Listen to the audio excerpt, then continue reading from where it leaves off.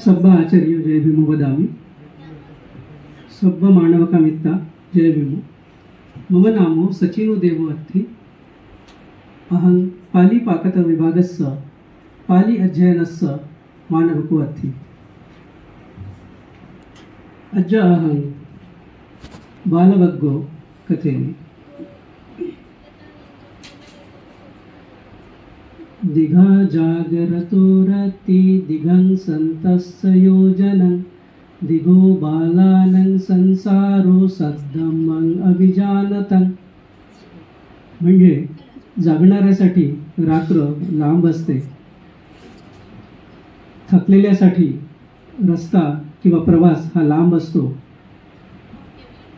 सद्धम्म न जाणणाऱ्या मूर्खासाठी मूर्ख व्यक्तीसाठी संसार चक्र हा लांब असतो, म्हणजे तो परत परत संसार चक्रात पडत जातो, भवचक्रात पडत जातो। दुसरी गाथा। चरंचे नादि गच्छेय सेयं सति समर्थनो एकचर्यं दळहं कैरा नथी बाले सहायता। विचरण करणारे जे लोक असतात त्यांना शील समाधी आणि प्रज्ञेमध्ये आपल्यापेक्षा श्रेष्ठ किंवा आपल्या बरोबरीचा सोबती समजा मिळाला नाही तर त्याने दृढपणे एकटेनेच विचरण करावे, मूर्खाची सहायता मिळू शकत नाही। तिसरी गाथा। उत्तामथी धनमथी इति बालो विहयति अत्ताहि अत्तनो नथी कुतो पुत्तो कुतो धनं। अर्थात पुत्र माझे धन माझे असं मिथ्या विचार असणाऱ्या माणसाला माणूस त्याच्यात विवळत असतो, तोच विचार करत असतो। पण ह्या जगात आपलं शरीर आणि आपलं मनच आपलं नाही, म्हणजे आपणच स्वतःचे नाही, तर कुठला पुत्र आणि कुठले धन।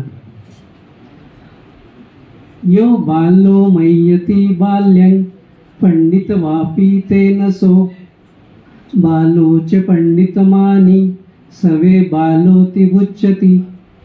जो मूर्ख हे जाणतो की मी मूर्ख आहे, त्या अर्थाने तो पंडित आहे, कारण की तो ॲटलिस्ट जाणतो की मी मूर्ख आहे म्हणून।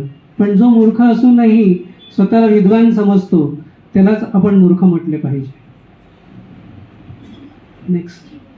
याव जीवं पीचे बालो पंडितं पैरुपासति न तो धम्मं विजानाति दब्बी सुपरसं यथा। अर्थात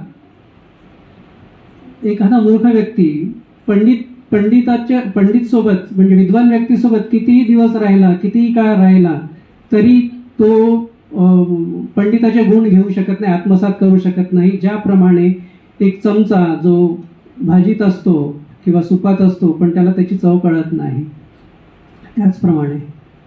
नेक्स्ट। मुहूर्तमप्पीचे वीय पंडितं पैरुपासति क्षिप्पं धम्मं विजानाति जिह्वा सुपरसं यथा। अर्थात विद्वान जो व्यक्ती असतो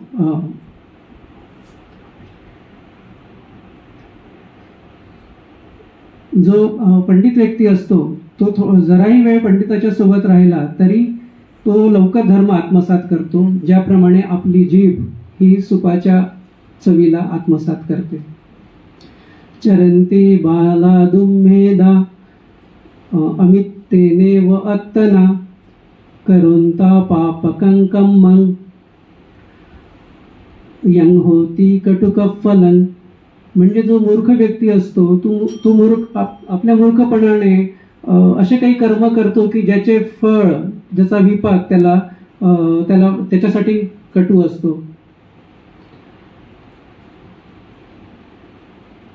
नतं कम्मं कतं साधु नतं कम्मं कतं साधु यं कत्वा अनुतप्पति यस्य अस्सु मुखोरोदं विपाकं पटिसेवति। अर्थात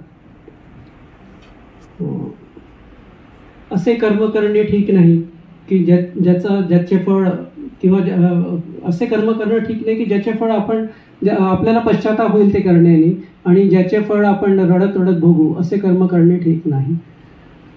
नेक्स्ट, तंच कम्मं कतं साधु यं कत्वा नानुतप्पति यस्स पतितो सुमनो विपाकं पटिसेवती.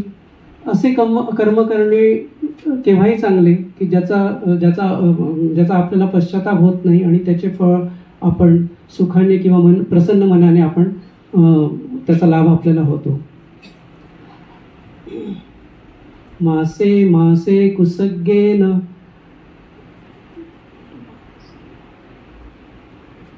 मासे मासे कुसग्गेन बालो भुंजे.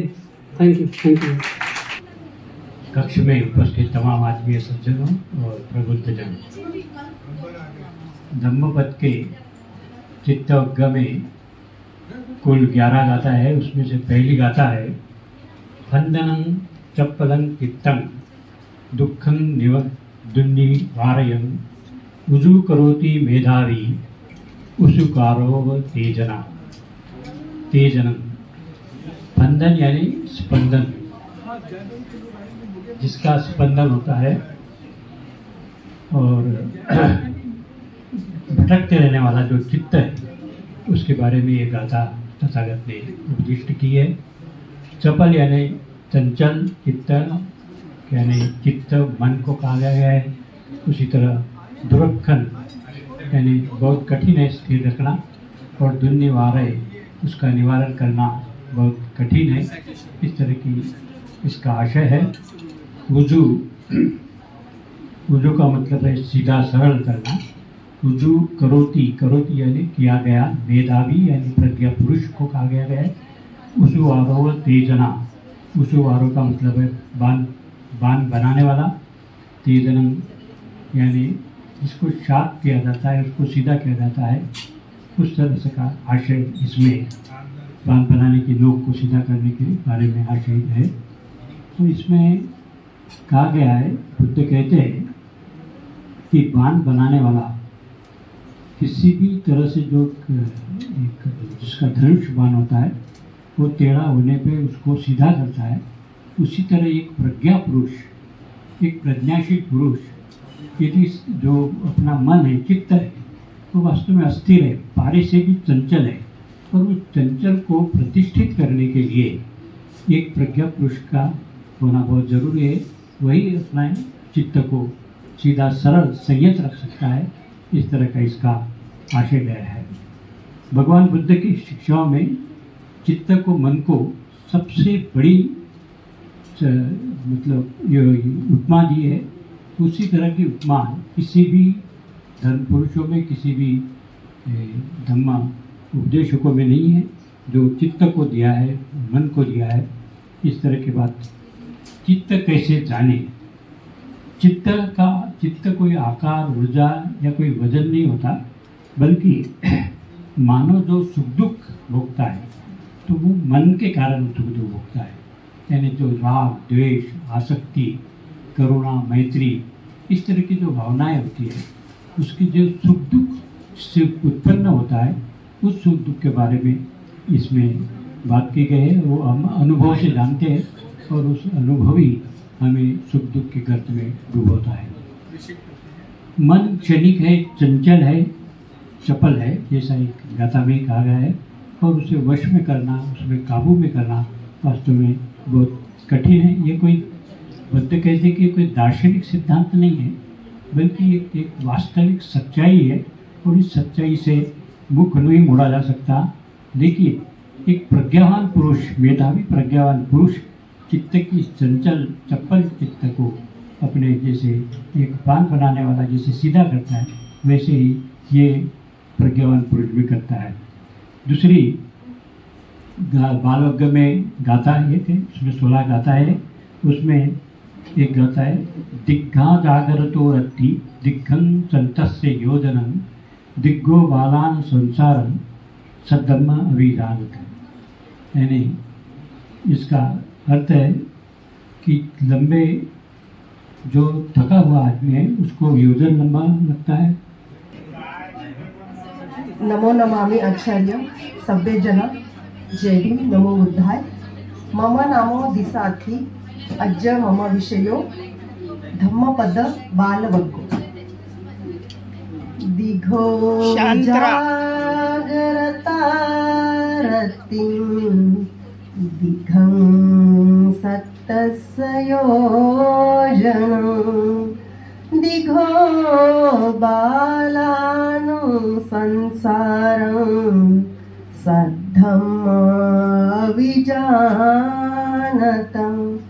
जास्त जो जागतो रात्रीला त्याला रात्र दीर्घ वाटते, जो थकतो त्याला रस्ता दीर्घ वाटतो। तशाच प्रकारे जो सद्धम्माला जाणत नाही अशा मूर्खाला सद्धम्म हा अयोग्य वाटतो। दुसरी गाथा चरियेनति गच्छय सेयं सदीमत्तनो एकचर्यं दहनं कैरा नथी बाले सहायता। जो प्रज्ञावान मनुष्य आहे, ज्यांनी समृद्धी प्राप्त केली आहे, शील समाधी प्रज्ञयुक्त आहे, त्यांनी कुठल्याही मूर्खाची मित्रता करू नये। जर समजा त्याला त्या मार्गावर एकटाच चालावं लागलं तरी त्यांना ते स्वीकार करून चालावं। पुत्तामती धनोमती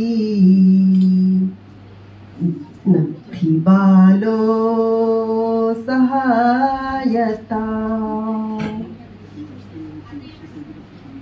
अत्ता ही अति नो नाथो कुतो पुत्ता कुतो धन। ज्यांच्याजवळ पुत्र आहे, संपत्ती आहे, तो या खुशीमध्ये जगतो की त्याच्याजवळ खूप काही आहे, परंतु हे आयुष्य आपलं नाही, हे शरीर आपलं नाही, तर कुठला पुत्र आणि कुठलं हे धन न। किती अथू। जय भीम नमो Buddha. Good afternoon to everyone. I am Vijay Kumar Vasnik. I am going to present this Dhammapada Sutta Upper Madhavaggo in English. But the verses given in Pali, that I will read it. Otherwise, you will say that I am talking in front of you without seeing. So I am already disqualified for the prize. But in participation, I am there. Okay. Okay, madam? ठीक। But they have selected Chitta Vagga, Bala Vagga, like that. But they told me Appa Vagga. No, not at all. Okay. Then I will withdraw myself. Because I brought it that way. Otherwise, I will bring the Dhammapad book and I will read from there and explain. I have a book inside except the picture. Thank you. नमो बुद्धाय सभ्य जना जय भीम। जय भीम। अहं विशाखा कांबळे अत्ती अहं राष्ट्रसंत तुकडोजी महाराज विद्यापीठे पाली विभागे अध्यापन करोमि। अहं अद्य बालवग्गस्य द्वे गाथा पठामि। दिघा जागरतो रति दिघं सन्तस्य योजनं दिघो बालानं संसारो सद्धम्मं अभिजानतं।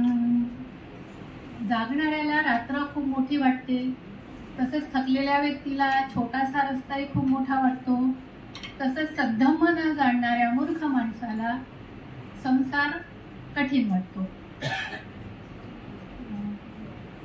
पुतामथी धनमथी इति बालो विहयति अत्तनो नथी कुतो पुत्ता कुतो धनं।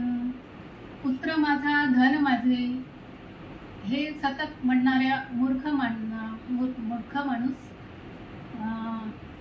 याच्यातच रत असतो. आपण स्वतःचे स्वतः नाही तर कुठला पुत्र आणि कुठले धन. तृतीयात गट पाली प्रथम वर्ष बालवग्ग धम्मपद बालवग्ग कुत्तो मत्थी धनन्मत्थी कुत्तो मत्थी धनन्मत्थी इति बालो विहंति अत्ताई अत्तनो नत्थी कुत्तो कुत्ता कुत्तो धन. पुत्र माझे आहे, धन माझे आहे, अशा कल्पनेने मूर्ख हा मारला जातो. तो नेहमी माझेच करत असतो. त्याचप्रमाणे आपले शरीर आहे. या आपल्या शरीरावर आपण जीवापाड प्रेम करतो, त्याला सजवतो, नटवतो, अनेक अशा विविध वस्त्र घालतो. परंतु हे सगळं करूनही आपले शरीरच आपले नाही तर कुणाचे पुत्र आणि कुणाचे धन. बालो होत बा.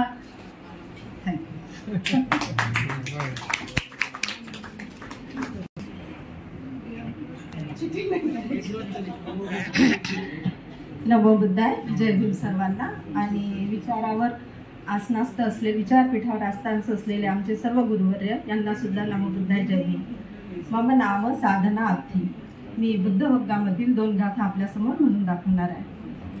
किच्चो मनुष्यपटी लाभो किच्चो मच्चंत जीवतां किच्चो सद्धम्म सवनं किच्चो बुद्धानुपादो सब्ब पापस्य करणं कुशलस्य उपसंपदा सचित्त परियोदपनं एतं बुद्धान शासनं. मनुष्य जन्म हा अतिशय दुर्लभ आहे आणि तो दुष्करतेने प्राप्त होत असतो. त्यासाठी तुमच्या कुशल कर्माचा संचय होणे फार गरजेचे आहे. त्याचप्रमाणे मनुष्य योनीत जन्म घेणे हे पण सुद्धा दुष्कर आहे. त्या सुद्धा तुमचे कुशल कर्म, तुमचे सदाचार, तुमची नीती, तुमचं व्यक्तिमत्व हे सुद्धा अतिशय उत्तम असं असलं पाहिजे. आणि तथागतांचं शासनच आहे कुठलेही पापकर्म न करणे. त्याचप्रमाणे आपले चित्ताची परिशुद्धी करणे आणि कुशल कर्माचा संचय करणे हे बुद्धाचे शासन आहे. एवढे बोलून शब्द संपते. चित्त वग्ग मेरा चयन किया हुआ है. शुरू करें.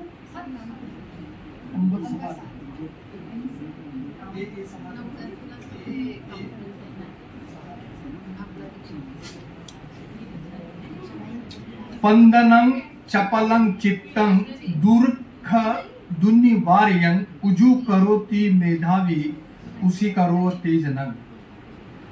चित्त चंचल है, चपल है. कठिनाई से संरक्षण करने, कठिनाई से निवारण योग्य चित्त को मेधावी पुरुष ऐसे सीधा करता है जैसे बाण बनाने वाला बाण को. वारी जोवा थले खित्तो ओक मोक तौबतो परिप लवपसादस्स. परिप लवपसादस्स. फिर से मैं उसको दोहराता हूं. वारी जोवा थले खित्तो ओक मोक तौबतो परिपनंद तीदं चित्तं मार दे पहातवे. जल से निकाल कर धरती पर फेंकी गई मछली जैसे तड़फड़ाती उसी तरह चित्त मार बंधन से निकलने के लिए तड़फड़ाता है. फिर आगे दुनिक हस्स लहुनो यथ कामिनी पातिनो चित्तस्स दमतो साधु चित्तं दंतं सुखावहम्. अर्थात जो चित्त हम दमन करते हैं वो अच्छा है. दमन किया हुआ चित्त अच्छा है. जो वश करने में कठिन है, जो शीघ्रगामी है, जहां चाहे वहां पहुंच जाता है. ऐसे चित्त, दमन किया हुआ चित्त सुख देने वाला होता है. सुदुदसंग सुनि पुनंग. सुदुदसंग सुनि पुनंग. सुदित संग सुनि पुनंग. फिर से मैं रिकलेक्ट कर रहा हूं. दुरंगमंग एक चरंग अशरीरंग गुहाशयं अशरीरंग गुहाशयं हे चित्त सय में संती मुखंती मार बंधना। जो दुर्गामी है, जो अकेला विचरण करने वाला है, ऐसे शरीर रहित अर्थात शरीर रहित चित्त को जो सैनिक करेगा वो वाकई मार बंधन से छूट जाएगा। आगे कुछ गाथा में छोड़ करके, क्योंकि समय की नजाकत है। नतंग माता पिता कईरा अये वापीच यातका सम्मापने हितं चित्तं सेयशो नंग ततो करे। माता पिता भाई बंद रिश्तेदार जितनी भलाई नहीं करते हैं, उससे ज्यादा भलाई आपका चित्त सुमार्ग पर जो चित्त है वो उससे ज्यादा भलाई करता है। धन्यवाद। जय हिंद। गाथा पाठांतर यासाठी आपल्याला परीक्षक म्हणून लाभलेल्या डॉक्टर ज्वाला डोहाणे आपल्या समोर आपलं शब्द व्यक्त करतील अशी मी त्यांना विनंती करते।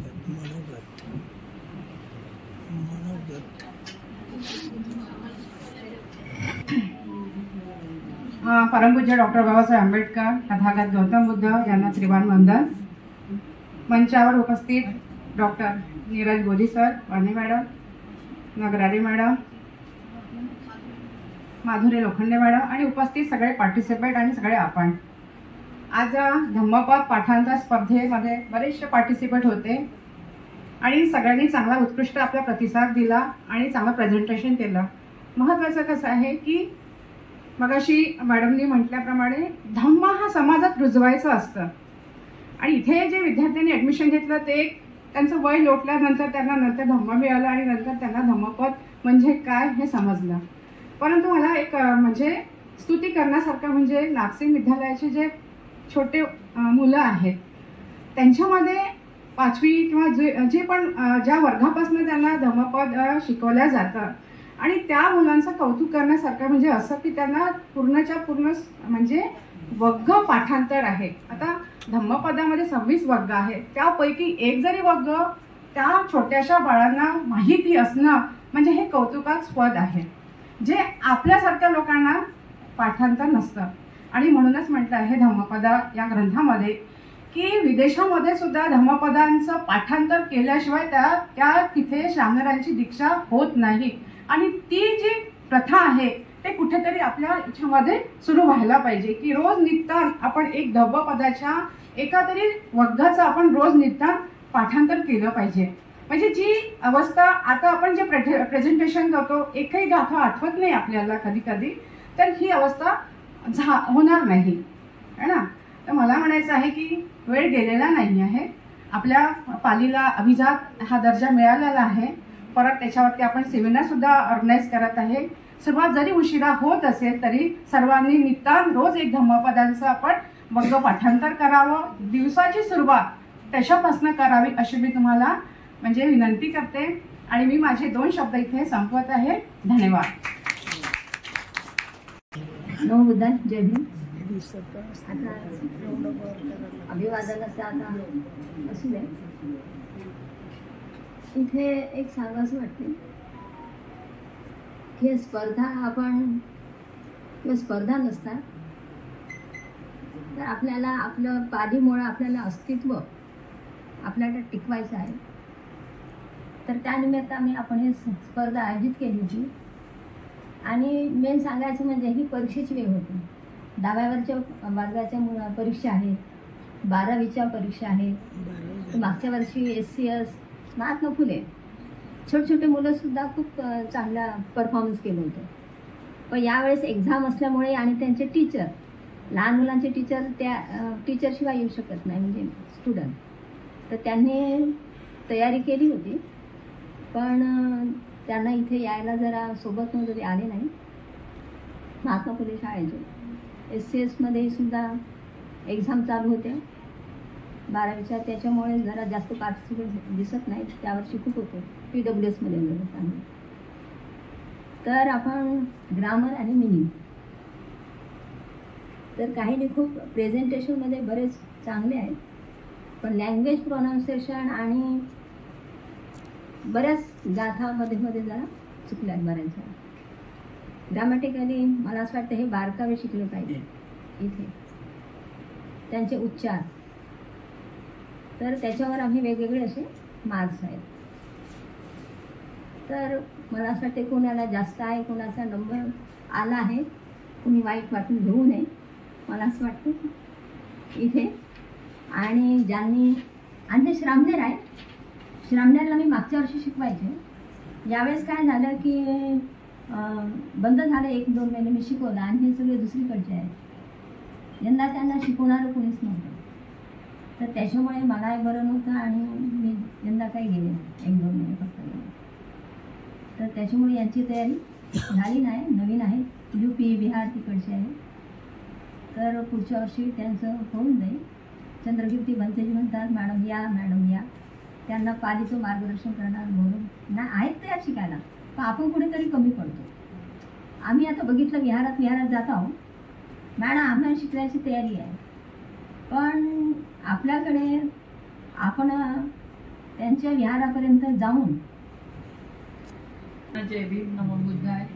आणि विचारपीठावर उपस्थित आदरणीय सर आणि मॅडम, प्राध्यापिका मॅडम, तसेच संचालन करते. आज आपण वक्तृत्व स्पर्धेमध्ये आम्ही बघितलं की सगळे सिनियर सिटीजन म्हणजे 16 वर्षाच्या वरील विद्यार्थ्यांनी आपला वक्तृत्व परिचय दिलेला आहे. तो परिचय आम्हाला काही ठिकाणी वाटलं की ते काहीतरी आपल्याला मार्गदर्शन करतील की पालवीसाठी, पालीचं भवितव्य आपल्याला पुढे न्यायचं आहे आणि उत्कर्ष करायचं आहे पालीचा, तर तो आपण त्यामधले उपाय आणि त्याचं भविष्य सांगायला होतं. पण काहींनी गाथा बोलले, काही पालीमध्ये बोलले. ठीक आहे, त्यांनी प्रयत्न उत्तम केला. एक मॅडमनी सुंदर कविता केली पालीवरती, अगदी त्यांचं मी मनपूर्वक अभिनंदन करते. सुंदर शब्दरचना होती ती. आणि एवढं बोलून मी माझे 2 शब्द संपवते. मॅडमनी सांगितल्याप्रमाणे सगळे 16 वर्षावरील विद्यार्थी होते. कारण वक्तृत्व म्हटलं की हे काही सोपं काम नाही आहे. एखादी गाथा बोलून, स्पष्टीकरण करून आपण ती चांगल्या पद्धतीने सांगू शकतो, पण इतिहास सांगायचं म्हटलं की पूर्ण सणवारी सगळं त्याचं म्हणजे आतमध्ये जावं लागतं, खोलात जावं लागतं.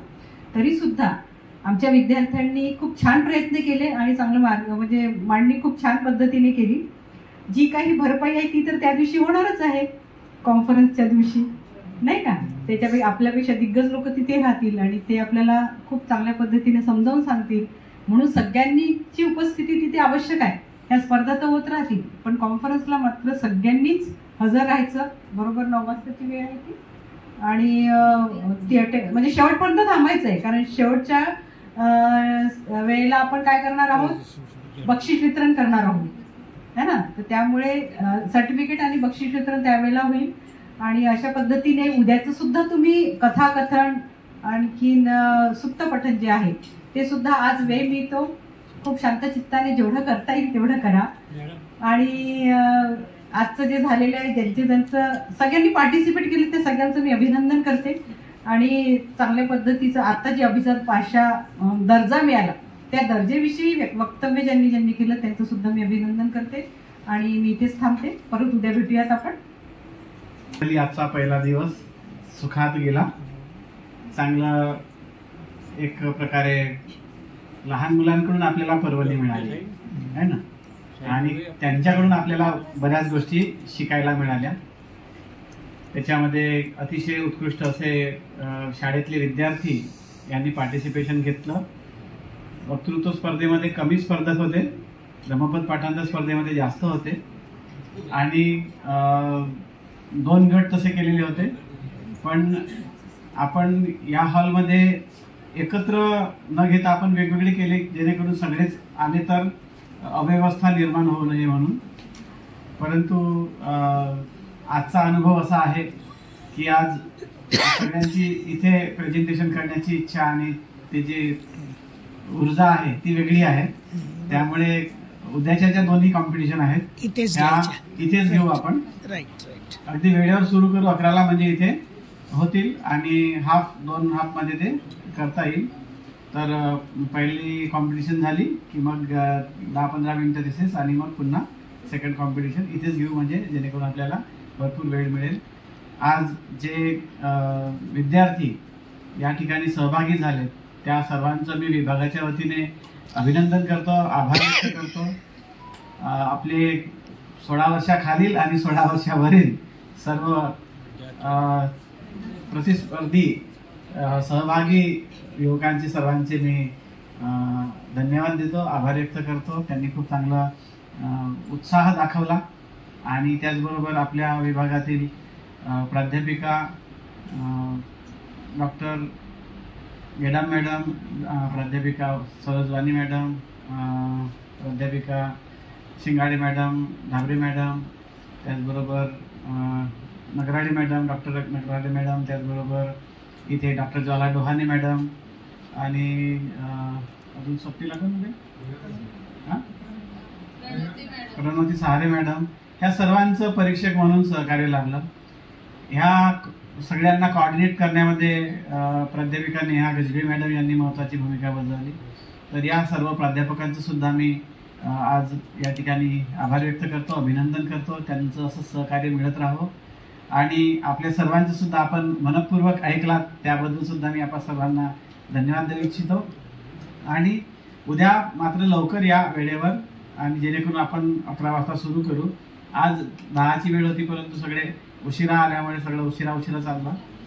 तसंच आता फूड स्टॉल पण आपल्याला लागलेला आहे आणि त्या मॅडमचंही धन्यवाद की त्यांनी फूड स्टॉल लावला आणि अनेक लोकांनी त्यांची पेटपूजा सुद्धा केली.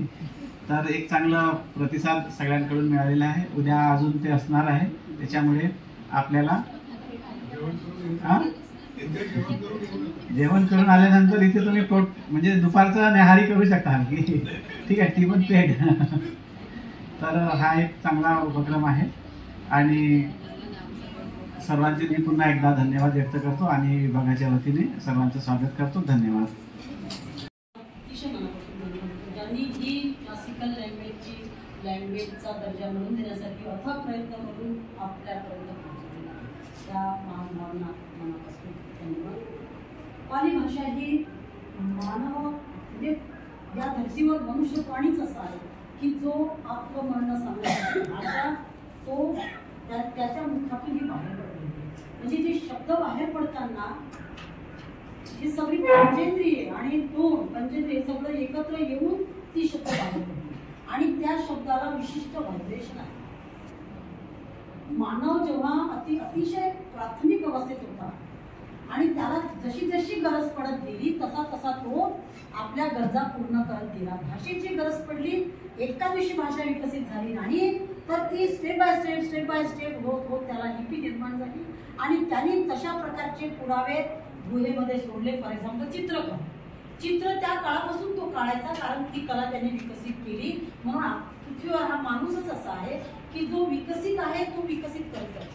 आज आपण फार भाग्यशाली आहोत की पाली भाषाचं जे डिस्क्रिप्शन आहे त्याविषयीचं ते सर्वांनी सांगितलेलं आहे. मी एवढंच सांगेन की जशी पाली भाषा ही प्रवाहित आहे नदीप्रमाणे, तर नदीचा जसा साऊंड ऐकतो आपण, नदी जेव्हा प्रवाहित असते तिचा एक विशिष्ट साऊंड आहे, तसंच या भाषेला विशिष्ट व्हायब्रेशन आहे. आपण जर या भाषेचे करेक्ट प्रोनाउन्सिएशन वापरले तर त्याचा इफेक्ट होतो. म्हणून भगवंतांनी अनेकदा सुत्त पठण करायला सांगितलं आजाराच्या निमित्ताने वगैरे. त्याच्यामध्ये अंधश्रद्धा नाही आहे. कोणी जर म्हणाले सुत्त पठण केल्याने काय आजार पण दुरुस्त होतो, नाही, तो नाही. त्याच्यामधून जे व्हायब्रेशन क्रिएट होतात त्याचा चांगला इफेक्ट होतो, हे आपण समजलं पाहिजे. त्याच्यापुढे अजिबात नाही आहे. ही तिसरी जबाबदारी अशी आलेली आपल्यावर की आता दर्जा तर मिळवला, पण आपल्याला आपल्या हातात असं म्हणा की कस्तुरी मिळाली. आता त्याचा आनंद दरवळवणे हे आपल्या हातात आहे आणि आपल्याला तो दरवळायचा आहे. पार्टिकल जरी जमा केलं तरी ही पाली भाषा समृद्ध होणार आहे. जसं फॉर एक्झाम्पल इंग्रजीची सत्ता होती म्हणून इंग्रजी भाषा आली. आज इंग्रजी सुद्धा जागतिक भाषा आहे, जगातलं ज्ञान त्या भाषेमध्ये आहे. पाली भाषा जगात गेली, पण तिथे जे वचन बोलल्या जातात ते पाली भाषेतच बोलल्या जातात. त्यांनी आपल्या भाषेत ट्रान्सलेट केलेलं नाही. हेच आपल्या धम्माचं मोठं मोठं श्रेय आहे. आणि आपण फार भाग्यशाली बघा, आपल्याला ती जबाबदारी आली. आपण सर्व मिळून ते करतच आहोत, कारण हे प्रत्येकाला जाणवतं. त्या भाषेचंच इम्पॉर्टन्स आहे की आपल्याला ते सेन्सेशन येतात आणि आपण ते करणार आहोत. इतकं बोलून वीजा दर्जा प्राप्त हो गया 3 अक्टूबर 2024 को. ये हमारे लिए बहुत बड़ी खुशी की बात है. इसके पहले 6 भाषा अभिजात में सम्मिलित थी, वो जिसमें तमिल सबसे पहले 2004 में सम्मिलित हुई, और तमिल के बाद में संस्कृत 2005 में, तेलुगु 2008 में, कन्नड़ 2008 में, मलयालम 2013, उड़िया 2014. और अभी जो भाषाएं 5 भाषाएं सम्मिलित की गई है, मराठी, बंगाली, पाली, प्राकृत, असमिया. तो इस तरह से अभी वर्तमान में 11 भाषा जो है वो अभिजात भाषा के रूप में घोषित की गई. और ये घोषित करने वाला केंद्र सरकार होता है. गृह मंत्रालय में उसका डिपार्टमेंट होता है, भाषा विभाग, लेकिन अभी वो सांस्कृतिक डिपार्टमेंट में आया है, वहां से ट्रांसफर हो गया डिपार्टमेंट. तो उन्होंने ये घोषित किया पाली अभिजात भाषा है, और वो इसलिए सिद्ध होता है उसकी जो पैमाने हैं, 4 पैमाने. पहला पैमाना है कि भाषा प्राचीन होना चाहिए और श्रेष्ठ होना चाहिए, तो उसमें पाली भाषा आती है. पाली भाषा प्राचीन है और उसका साहित्य भी श्रेष्ठ है. दूसरा है भाषा का इतिहास कम से कम 1.5 से 2.5 हजार के बीच में हो, ये दूसरा पैमाना. तीसरा, भाषा समृद्ध हो और प्रभावित हो. चौथा, प्राचीन भाषा और उसके आधुनिक रूप का मूल्य कायम रहना चाहिए. इतिहास के इस रास्ते में बेबीलोनिया सीरियन संस्कृति हुई, उनकी भाषा गर्त में चला गई, नेपथ्य में चली गई साथियों. लेकिन पाली भाषा आज भी 2588 साल हो गए, लेकिन फिर भी आज वो वर्तमान में है. संसार में 8 अरब जनसंख्या, उसमें से 350 अरब की जनसंख्या बोध होती है. और ये पाली उतने 80 देशों से भी ज्यादा देशों में फैली हुई है. मैं देखा कि जापानी लोग भी पाली के वंदना बोलते हैं वहां पर, बड़ी खुशी हुई. तो ये जो पाली है ये समृद्ध भाषा है. और इसका साहित्य अगर आप देखें, नालंदा यूनिवर्सिटी में अलाउद्दीन खिलजी ने नालंदा यूनिवर्सिटी को जलाई, जो 3 से 6 महीने तक जलती रही. और जैसे मैंने पढ़ा 90 लाख किताबें थी. सोचो 90 लाख किताबें आज होते हैं, तो इतिहास हो, राजनीति हो, विज्ञान हो, न जाने कितने क्षेत्रों में आज हमें उसका संशोधन प्राप्त होता था. तो ये निश्चित तौर पर ये हमारे पर बड़ी जिम्मेदारी है कि पाली भाषा को हम कैसे इसको विकसित करें. हमें भविष्य में ज्यादा से ज्यादा साहित्य सृजन करना पड़ेगा. कंप्यूटर में कैसे आ सकती, इसके लिए हमें प्रयास करना पड़ेगा.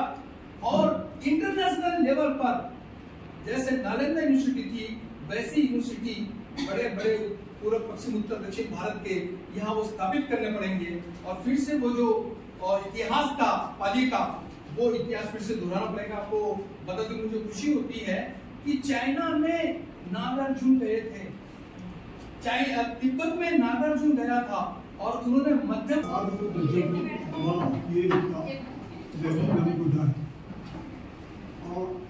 This is regarding the classical language Pali Bhasha. We call it Abhijat Bhasha. See, this is the only language Pali which we feel proud. This is the international language. This is not the name actually that's given by the government. It means that everything we got. I don't think it is like that. This is the language of the ancient Greek, and this language was developed in Sri Lanka. And thanks to those people, they have made this Pali a very the level of the world level, this language, so that from just now, one of our friends told me, Dhammapada is the only book which has been made translated in the various languages. That is why this language, Pali, is just not for getting the classical language status, but it is actually was and it is the very ancient language. Generally, Pali came from the Magadha, or the Magadha Mandi. This was the local dialect of the people of Magadha, which is eastern part of India, like Bihar, Odisha, Uttar Pradesh, and all. Subsequently, somebody say also it is from the western side. But whatever it is, this language, I would like to give thanks also to our government since it is declared as a classical language. and we should be happy on that. I have got some, for those who have made this literature and who have spread Pali all over the world, not only Southeast Asia, but also I would like to say it is in the world. And I will just give my dedication by saying some few lines of the poem. Just I have made the poem. I would like to repeat it. I will just read it out now. Buddha के संग चले अरहंतों की टोली, धम्म का दीप जलाया हर गली गली. This all literature comes towards the Pali language only. This is what actually I am dedicating this poem to them. सारी पुत्र का ज्ञान, मोगल की शक्ति, महाकक्षकी वाली, हर वंश को भक्ति. आनंद की सेवा, प्रेम का सागर, महाकक्षायन का विजय जैसे कोई आगर. अधिवृत्ति की दृष्टि दूर तक जाती, पुनः मंत्राली पुस्तकी वाली सबको भाती. उपाली का अनुशासन, धम्म का आधार, इन सबसे मिलकर किया जग का उद्धार. जंगलों में घूमे, पहाड़ों पर चढ़े, धम्म की मसाल से अंधकार को लड़े. प्रेम और करुणा उनका था हथियार, सत्य की खोज में किया जग विहार. उनकी विरासत से हम सब है प्रेरित, धम्म के पथ पर चले सदैव हर्षित. This is the only poem which I would like to say that these people, they have made Pali language universally very recognizable. So that is why, my friend, some few words I have made also in the Pali language. I would like to repeat. I am not so actually not much. Dhammam chare sucharitam natam ducharitam chare. Dhammachari sukham siddhi asmi loke param chita natavata dhammadharu yavata bahubhasati yochapamki sudvanam dhammam kayena pasyati sabe dhammadharu hoti yo dhammam na pamachati nati me saranam ayam buddho me saranam varam etena satchavachena hotu me jayamangalam nati me saranam ayam dhammo me saranam varam etena satchavachena hotu me jayamangalam nati me saranam ayam sangho me saranam varam etena satchavachena hotu me jayamangalam. Namo Buddhaya, Namo Dhamma, Namo Sanghaya, Sadhu, Sadhu, Sadhu. वो Vishakha madam नहीं आ रही. विशाखा नहीं है यार, सारे सरांच्या बाजूला. आ low, इधर आ जाओ. आ गया.